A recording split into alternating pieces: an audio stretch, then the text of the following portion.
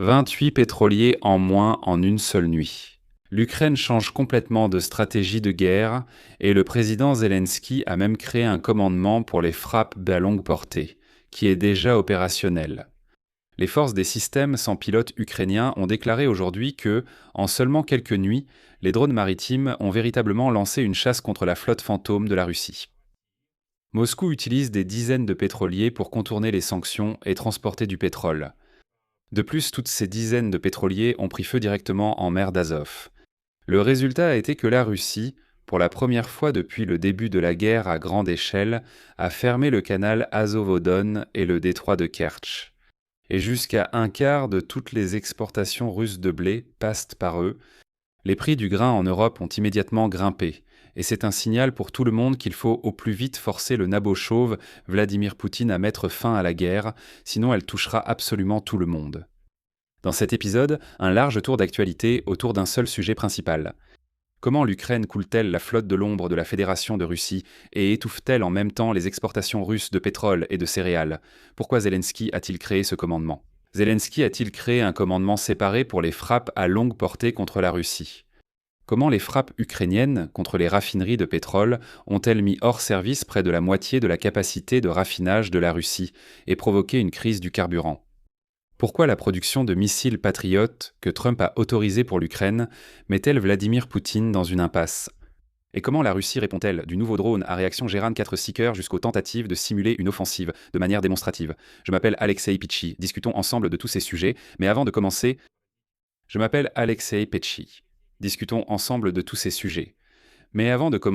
je vous demande à chacun de vous abonner à cette chaîne YouTube. Nous approchons du cap des 300 000. Je vous serai reconnaissant de rejoindre ces 300 000. Nous avons mis hors service la moitié des raffineries et provoqué des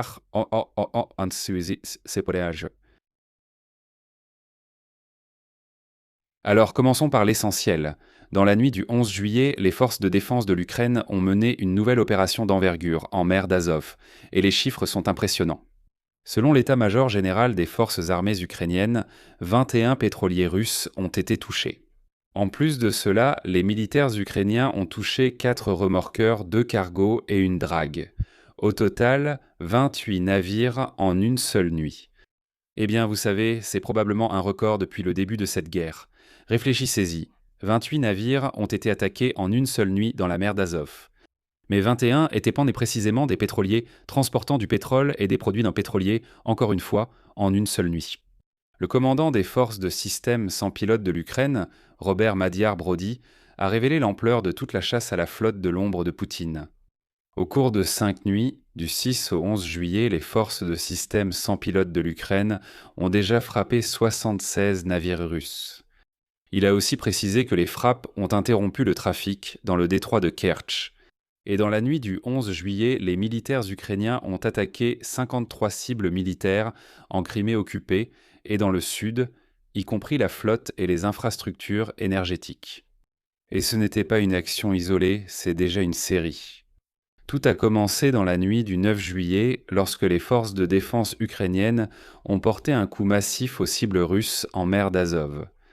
À ce moment-là, 12 navires ont été touchés, ainsi qu'un terminal pétrolier et un dépôt de munitions des occupants. Ensuite, il y a eu d'autres attaques, encore d'autres attaques, et en quelques jours à peine, l'Ukraine a transformé la mer d'Azov, qui était une base arrière tranquille, en une zone de chasse aux pétroliers russes. Là-bas, c'est comme dans un stand de tir maintenant. Les forces des systèmes sans pilote traquent et attaquent simplement. Et remarquez, les Russes ne peuvent absolument rien y faire, vraiment rien du tout. Tout ce qu'ils peuvent faire, c'est quoi?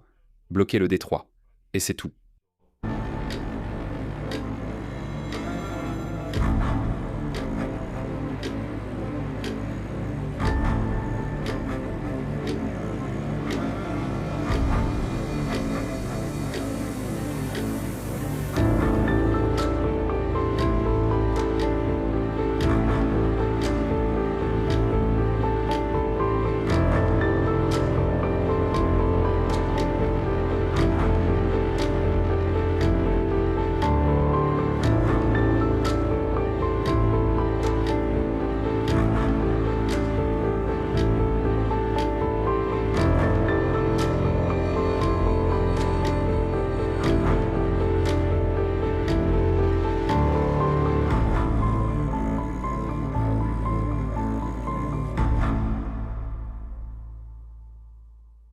Et c'est ici que se trouve la conséquence la plus importante qui montre que la stratégie a fonctionné.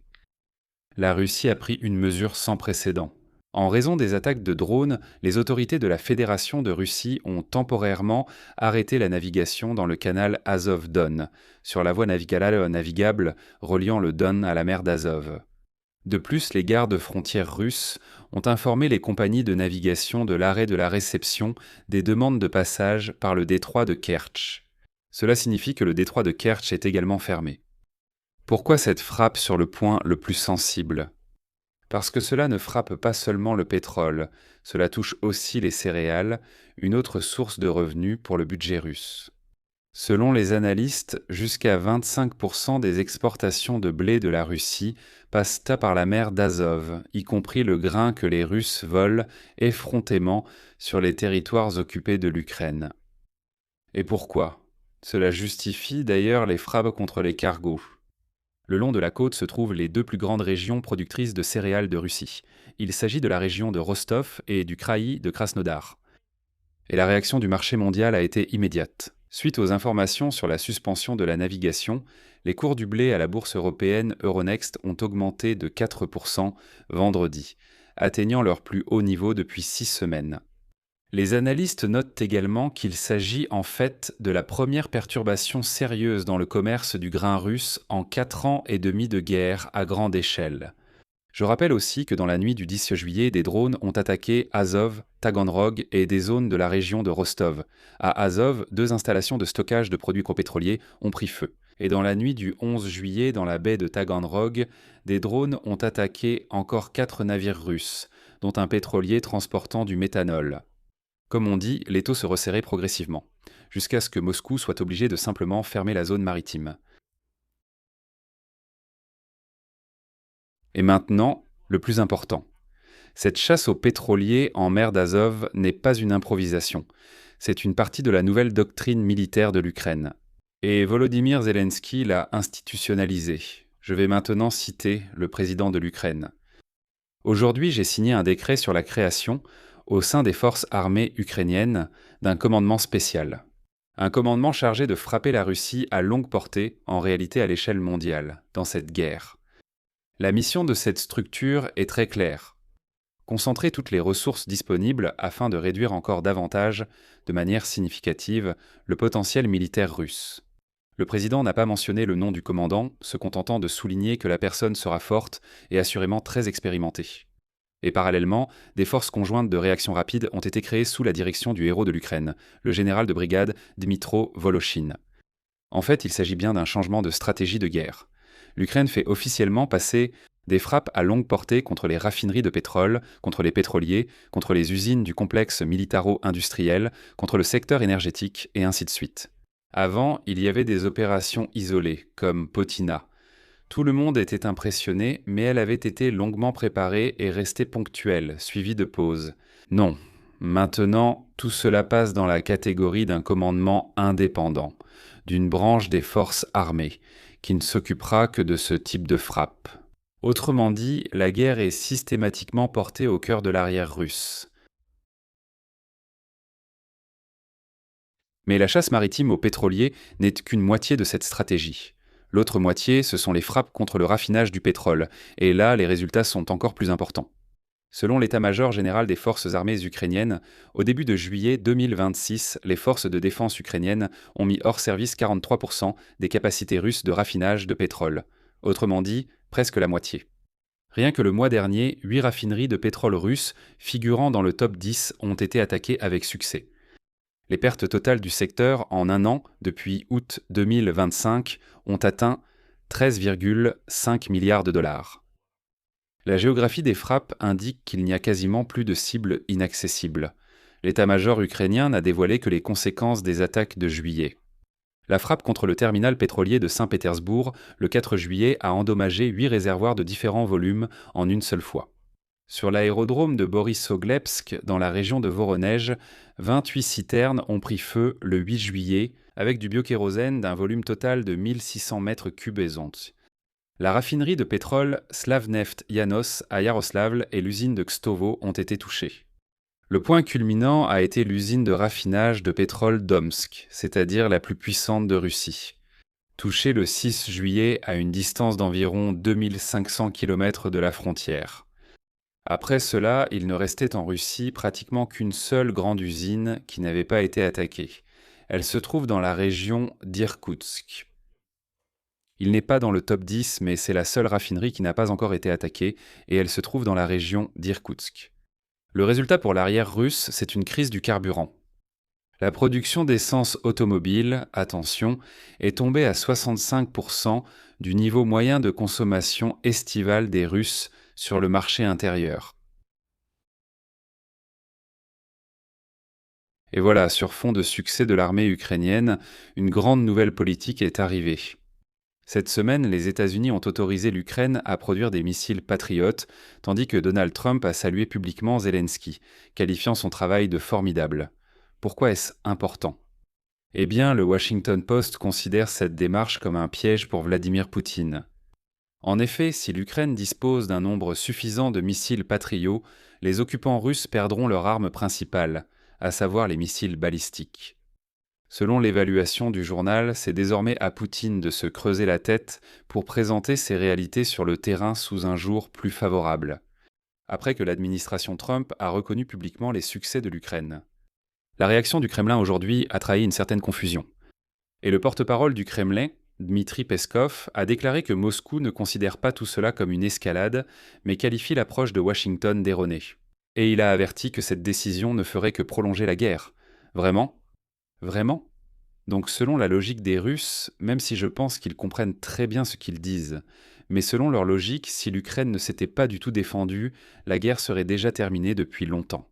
En gros, quand vous essayez de vous défendre, quand vous frappez la gueule insolente de cet agresseur, c'est-à-dire la Russie, quand vous frappez le visage de ce dictateur en peluche, Poutine, cela prolonge la guerre. En gros, pourquoi frappez-vous ? Ne frappez pas. Acceptez-le simplement. Les Russes, souvenez-vous, les Ukrainiens ne sont pas des paillassons comme vous. C'est vous, les paillassons. Vous êtes des paillassons typiques, chez qui une crise du carburant a commencé, et vous dites « Ah, tout va bien, je vais faire la queue à la station-service, attendre toute une journée, et on me donnera 20 litres d'essence. » Mais les Russes ne demandent pas à Poutine « Qu'est-ce qui se passe ? Comment as-tu pu en arriver là ?» Ils disent de non. Quoi ? Nous, on ne peut pas nous soumettre ? Nous, on va passer aux voitures électriques chinoises.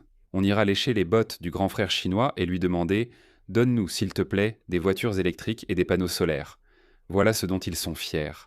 Donc, mais je souligne, vous oubliez que les Ukrainiens ne sont pas des Russes. Même Kouchma l'a écrit « L'Ukraine n'est pas la Russie. » Voilà. Mais ici, encore une fois, il est important de faire une remarque honnête. Pour être honnête.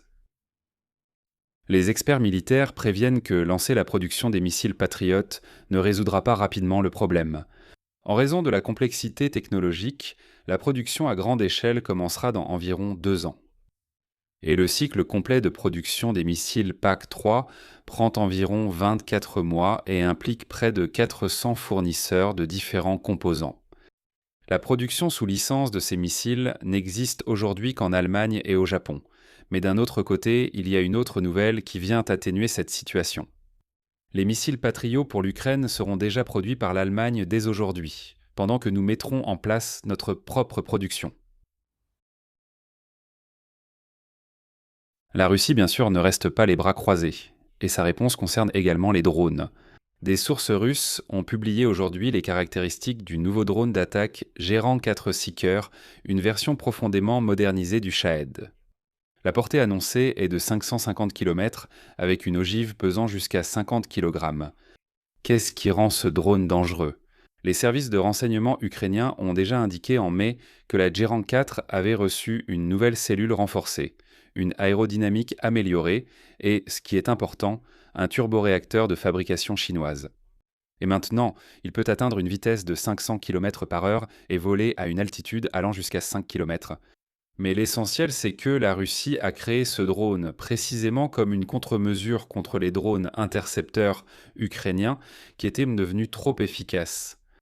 La Russie tente aussi de faire croire à un tel tournant sur le terrain, affirmant que l'armée ukrainienne utilise désormais des robots terrestres lors de l'offensive. Ce qui en soi est une reconnaissance que l'initiative passe de plus en plus au système sans pilote. L'Ukraine utilise ces systèmes sans pilote dans les airs, en mer et désormais au sol. Parallèlement, la Russie ne connaît pas de grands succès sur le front. Eh bien, les avancées ne sont constatées que sur certains secteurs du front.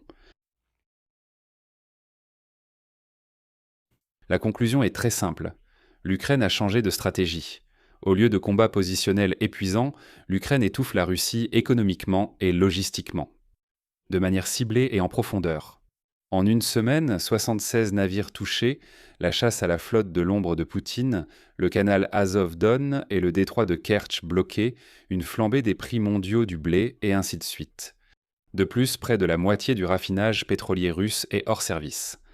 En Russie, il y a une crise du carburant, 13,5 milliards de pertes rien que dans le secteur du raffinage du pétrole, plus un nouveau commandement des frappes à longue portée des forces armées ukrainiennes qui met tout cela sur une base systématique. Nous obtenons aussi une licence pour produire le Patriot, ce qui risque de priver la Russie de son atout balistique. Pendant ce temps, le vieux papy Vladimir Poutine continue de présenter comme des victoires de fausses avancées sur le front. Pour lui, pour ce vieux croulant, pour le papy en peluche Vladimir Poutine, la victoire, ce sont ces assauts d'infanterie sur le front. Ils ont capturé encore 100 mètres de la sainte terre ukrainienne. Victoire. Alors que l'Ukraine a depuis longtemps décidé de ne pas s'affronter de front avec ces Russes peu sauvages, l'Ukraine a décidé de frapper les arrières de l'ennemi. Et pendant que Poutine déclare « Regardez, nous avons conquis 100 mètres de terre ukrainienne », il oublie d'ajouter, en passant, qu'au même moment, l'Ukraine a détruit toutes nos raffineries de pétrole. Elle nous repousse de la mer d'Azov. Nous bloquons les détroits et l'exportation de pétrole, de blé, de produits en pétrolier. On est complètement dans la merde avec l'essence partout dans le pays. L'Ukraine augmente ses frappes à longue portée. Presque tout le territoire russe est déjà visé, et il ne le mentionne pas. Pour lui, en tant que vieux grincheux, la victoire, c'est comme pendant la Première Guerre mondiale. C'est du front à front, baïonnette contre baïonnette. Et ce qui est important, même l'annonce du lancement des nouveaux drones à réaction Guérand 4 Sicaire, c'est « Attention, une réponse de la part de celui qui se défend, et non de l'attaquant ».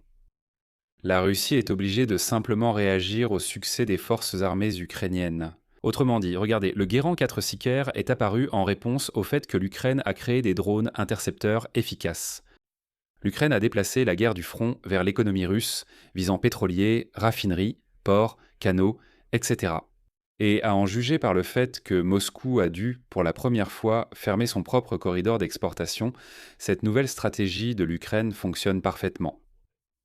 Je vais m'arrêter là. Donnez votre avis et vos conclusions dans les commentaires sous cette vidéo. Abonnez-vous à la chaîne, activez la cloche et n'oubliez pas de mettre un like. Si vous souhaitez soutenir le travail de cette chaîne, vous pouvez le faire en faisant un don via les liens et les coordonnées dans la description de cette vidéo. Je vous serai reconnaissant pour votre soutien. C'est tout pour aujourd'hui. Prenez soin de vous. Au revoir à tous.